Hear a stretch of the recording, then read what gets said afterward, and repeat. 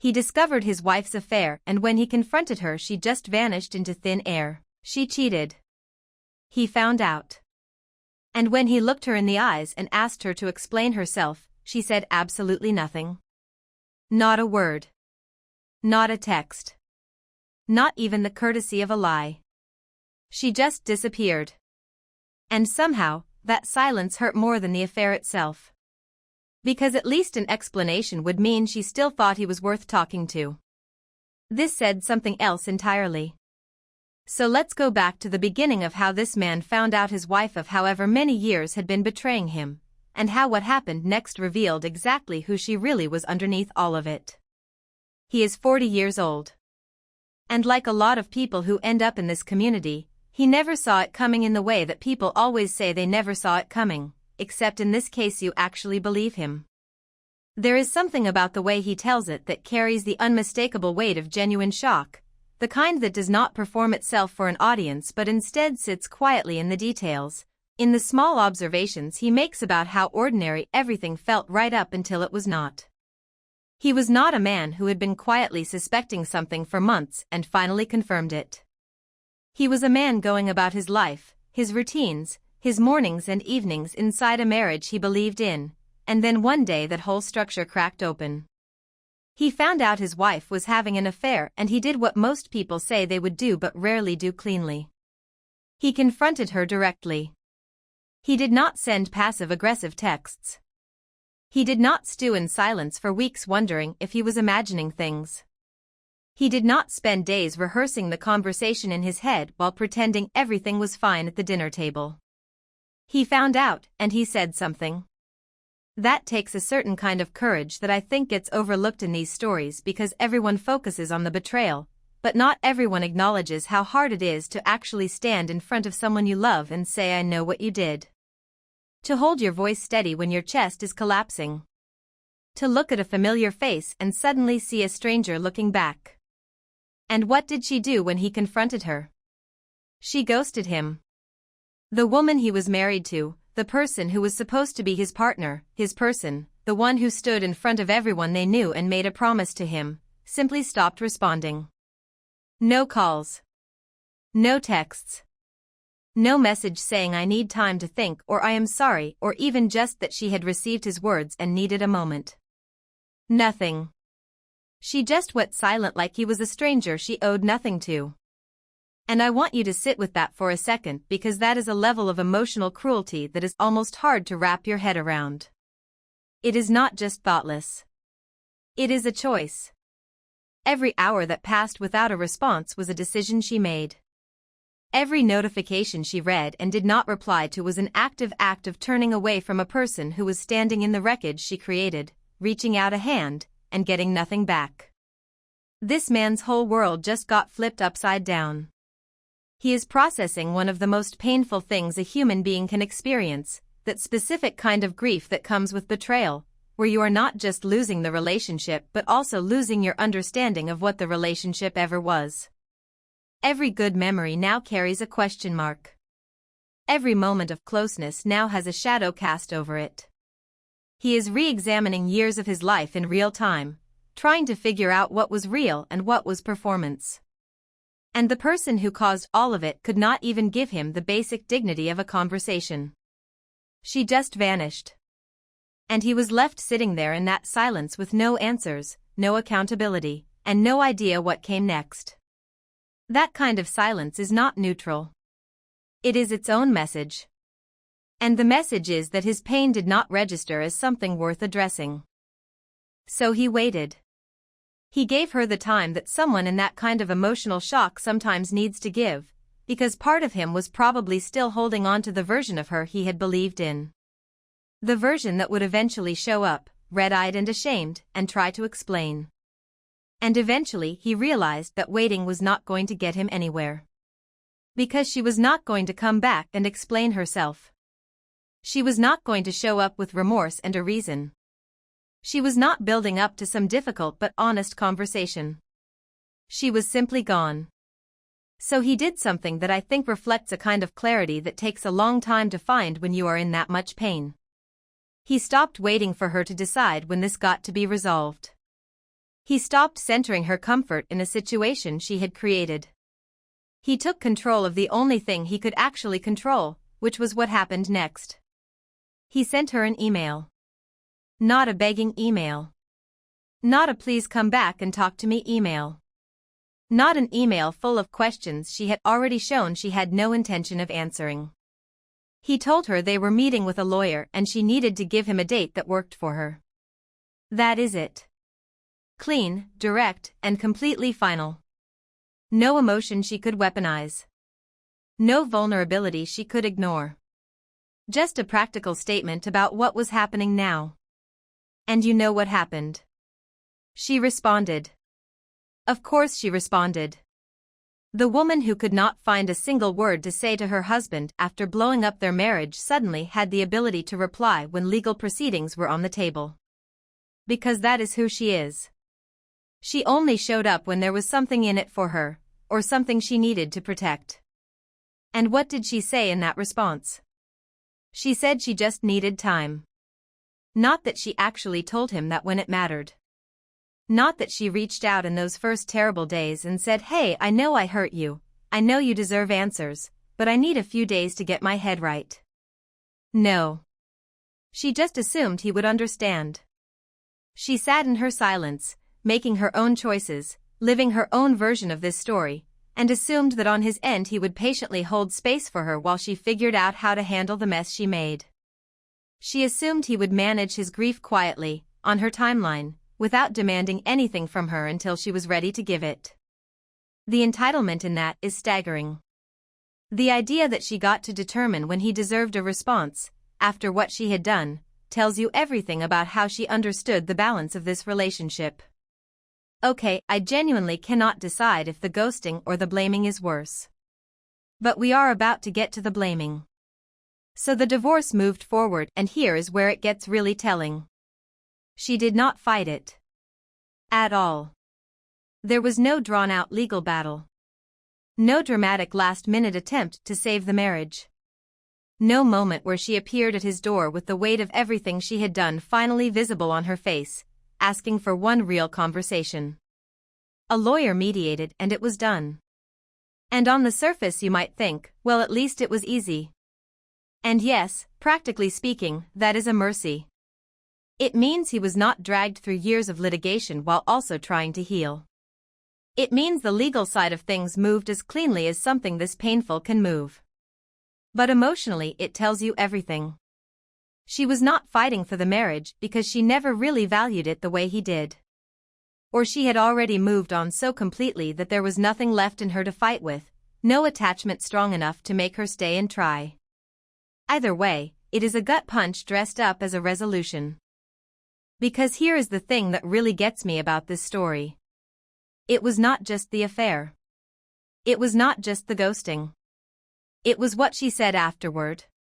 When she talked to her friends, and she apparently talked to her friends plenty even while she could not manage a single word for her husband, she kept saying how bad the last few years had been. That the marriage had been difficult. That she had been struggling. That is her story now. That is the narrative she built and polished and began distributing to the people around her. The marriage was bad. Things were hard. And the implication underneath all of that is that what she did was somehow understandable, maybe even justified, because she was suffering. Because she was unhappy. Because the circumstances she found herself in were hard enough that a reasonable person might understand why she made the choices she did. And he is sitting there knowing that he lived those same years. He was in that same marriage, in that same house, going through whatever those years actually contained. And he does not believe that is true. He does not believe those years were as dark and miserable as she is now claiming they were. But she needs that story.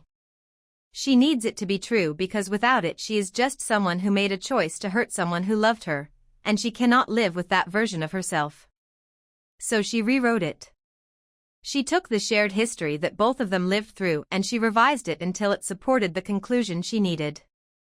She turned herself into the victim of a bad marriage instead of the person who destroyed a good person. That is not confusion. That is not grief talking. That is a character trait. And then came the actual blame. She told people that he pushed her to this. That it must have been really bad for someone like her to cheat. Someone like her. She said that. As if cheating is beneath her natural character, and the fact that she did it proves how terrible things must have been, rather than proving anything about her own decisions or her own willingness to cause harm. She took zero responsibility. Not a fraction. Not even the thin, performative version of responsibility where someone says, "I know what I did was wrong, but..." Nothing. Just a story about how he made her do it and how bad it must have been for her. How she must have been pushed to the very edge, because otherwise why would someone like her ever behave this way? She made his suffering into evidence of her victimhood. I really need you to hear how perfectly that sentence reveals everything. Someone like her. She genuinely believes the affair is evidence of his failure, not hers. That is breathtaking. And through all of this, he stayed clear-headed.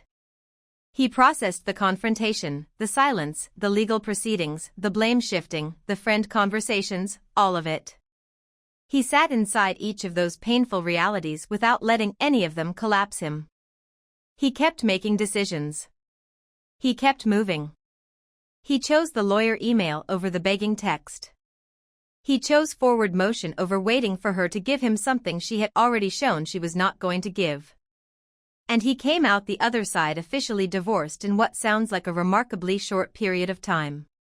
And he said something at the end of his update that I think is the most important line in the whole story. He said he is doing a lot better and he is happy everything went through so quickly so he can move on. Not bitter. Not destroyed. Not consumed by what she did or who she turned out to be. Not still circling the question of whether he could have done something differently. Just quietly, steadily moving forward. That kind of peace after that kind of betrayal does not come easily. And it does not come to everyone. But it comes to people who eventually stop waiting for the person who hurt them to become the person they needed, and start investing in their own future instead. Now let me be very clear about where I stand on this because I feel strongly about it. She did not just cheat. She cheated, then disappeared when he needed answers the most, then only resurfaced when a lawyer forced her hand, then blamed him for what she chose to do, then painted herself as the real victim of the marriage to everyone who would listen. That is not a person who made one terrible mistake under difficult circumstances. That is a pattern of behavior that tells you exactly who she is when things get hard and accountability becomes unavoidable. She ran from every single version of it. He deserved better than all of it. He deserved a partner who, if she was truly unhappy, would have said so. Who would have initiated a hard conversation instead of a secret. Who would have fought for the marriage or fought for a respectful ending, but actually showed up either way. Instead, he got someone who made a choice that affected every part of his life and then decided she did not owe him an explanation for any of it. And the fact that he is on the other side of it now, healing, clearer, and moving forward, says more about his character than anything else in this story. So here is the final word. She cheated, she vanished, she blamed, and she never once looked back to take responsibility for what she did. And he divorced her, rebuilt his footing, and refused to let her narrative about his life become his identity. That is the whole story. She revealed who she was. And he chose what to do with that information. I think he chose exactly right. Today was supposed to be my wedding day and instead I spent it signing a lease alone. Today was supposed to be her wedding day. And instead of exchanging vows, she spent it arguing with the city about electricity for an apartment she never planned to be living in alone. Let that land for a second before we go any further. She found out he cheated on her almost 3 weeks ago. And in the time since, she has had to completely dismantle the life she thought she was building. She signed a new apartment lease. She dropped off his belongings at a mutual friend's place. She figured out over text message where her car title is. And through all of it, through every single logistical errand that should never have been hers to run, she kept crying. Not planned crying. Not sitting down and letting herself grieve. Just random, sudden, completely uncontrollable crying that kept finding her no matter what she was in the middle of doing. The kind of crying that ambushes you in a parking lot while you are waiting for a light to change, or in the middle of a phone call where you are trying to sound completely normal, or standing in a hallway holding a box of someone else's things and suddenly not being able to breathe right. Because grief does not wait for a convenient moment. It does not care what you are in the middle of. It arrives when it arrives, and it takes what it needs, and it leaves you standing there trying to remember what you were doing before it showed up. And the detail that makes this story so quietly devastating is that she knew the date was coming. She had to have known for weeks that today was circled on some calendar somewhere. Today was the day. The dress is still hanging in her closet. The ring is sitting in a box. And the woman who was supposed to be standing in front of the person she loved making the biggest promise of her life instead spent that day on hold with a utility company, filling out paperwork, doing the cold and ordinary work of surviving a life that split open without warning. She was not supposed to be alone today. Everything she had planned, every small detail she had looked forward to, was built around the assumption that today would be the beginning of something. Instead, it was just another day she had to get through.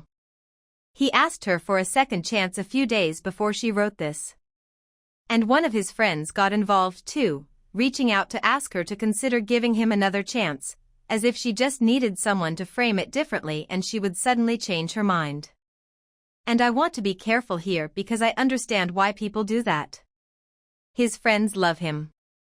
They want things to work out. But asking the person who was cheated on to reconsider their decision to protect themselves is a very specific kind of pressure that puts all the weight in completely the wrong place. It treats her pain as an obstacle to work around rather than a response to something real that happened to her.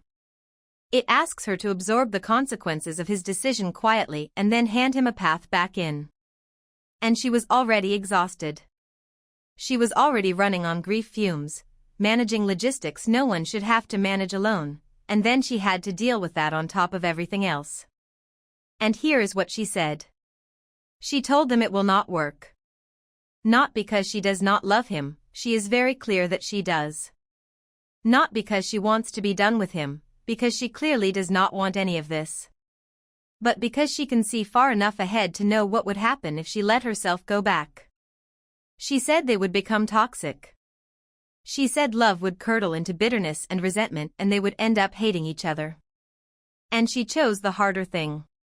She chose the ending that protects the love from turning into something ugly, even though choosing it meant spending her wedding day alone. That is not a decision made from coldness. That is a decision made from an almost unbearable amount of clarity and love at the exact same time. The clarity in that decision while she is in this much pain is something else. She described him as her world. Her home. Her safe place to land and her favorite thing on earth. And I think those words deserve to be heard slowly because they are not dramatic overstatements. That is just what it feels like when you lose a person who was woven into every part of your daily life. The person you told things to first. The person whose laugh you knew better than your own. The person whose presence turned a regular Tuesday into something worth being awake for. It is not just missing someone. It is the absence of an entire feeling of safety. It is waking up in the place where you used to feel most like yourself no longer exists, because that place was not a location, it was a person. And that person is still alive somewhere, which in some ways makes the absence even harder to hold. And she said something that I think is one of the most honest and heartbreaking lines I have read in a long time. She said he set them up to fail. Not that he is a monster. Not that she hates him. Just that by making that choice, he broke something that could not be unbroken, and he did it to both of them. She is grieving the relationship and she is grieving him and she is grieving the version of the future she had already pictured in complete detail. The apartment they were going to share. The mornings. The ordinary routines that feel meaningless until they are gone. All of that grief is happening simultaneously with zero anger to give her any energy or distance from the pain. Because she said she cannot find anger. She looked for it and it is not there. Just grief and disappointment and sorrow, which in some ways is harder than anger. Anger gives you somewhere to put the energy. Anger makes the other person feel smaller and the situation feel more manageable. Anger is almost a gift in that way, because it creates just enough distance between you and the pain that you can function inside it. But she does not have that. She just has the loss, sitting there completely unobscured by anything else, and she has to feel the full weight of it every single day with nothing between her and it. She said that every day she has to reinforce that there is no going back, feels like she is slowly carving her own heart out. And I do not know how to read that line without feeling it. Because it is not just one decision she made on one hard day. It is a decision she has to keep making. Every morning when she wakes up and remembers. Every time someone asks how she is doing and she has to decide how honest to be. Every time she passes something that reminds her of him, or realizes she almost reached for her phone to tell him something, or catches herself thinking about a plan they had together that will never happen now. She has to choose the ending over and over again, and it costs her something every single time. There is no point at which it becomes automatic. There is no morning where it gets to just be done. She has to find that decision fresh each day and make it again, which is an exhausting and invisible kind of courage that most people never see. There are people who love someone and let that love make every decision for them, consequences be damned. And then there are people who love someone just as deeply but understand that love alone is not enough to build a life on if the foundation underneath it has been broken. She is in the second group. And that does not make it hurt less. It might actually make it hurt more, because she is not leaving because she stopped loving him. She is leaving because she loves what they had too much to watch it rot from the inside. The dress in the closet and the ring in the box are not just symbols of a wedding that did not happen. They are the physical evidence of a future that was supposed to exist. Someone picked that dress. Someone chose that ring. Someone stood in a fitting room or a jewelry store and felt excited, genuinely excited, about what was coming. And now those objects are just sitting there being the most honest thing in the room. So let me say very clearly what I think about all of this because she deserves to hear it even if she will never read this. She did not fail. She did not quit. She made the hardest possible choice on one of the hardest possible days and she did it with her eyes open and her heart still completely intact and soft, which is actually the most extraordinary part of all of it. A lot of people come out of this kind of betrayal hardened. Closed off. Unable to trust. And maybe that comes for her later and that would be completely understandable. But right now, 3 weeks out, spending her wedding day signing lease papers, she is still leading with love and clarity instead of bitterness. That is not weakness. That is an enormous amount of strength. He broke something irreplaceable and she is the one who has to live with the loss of it every single day while still being the person who is protecting the memory of what it was by refusing to drag it through more pain. She is grieving a love and a future and a person all at once, and she is doing it alone, on the day she was supposed to never be alone again. I hope she knows the sorrow will not stay this sharp forever. I hope she gives herself every permission to feel all of it without apologizing for how long it takes. And I hope that someday, not now, not soon, but someday, she gets to feel excited about a future again. Because someone who loves that completely and protects others that honestly absolutely deserves to. Drop a comment below and tell me which story hit you harder, because both of them genuinely got me. And if you want more content like this, a like and a subscribe go a really long way.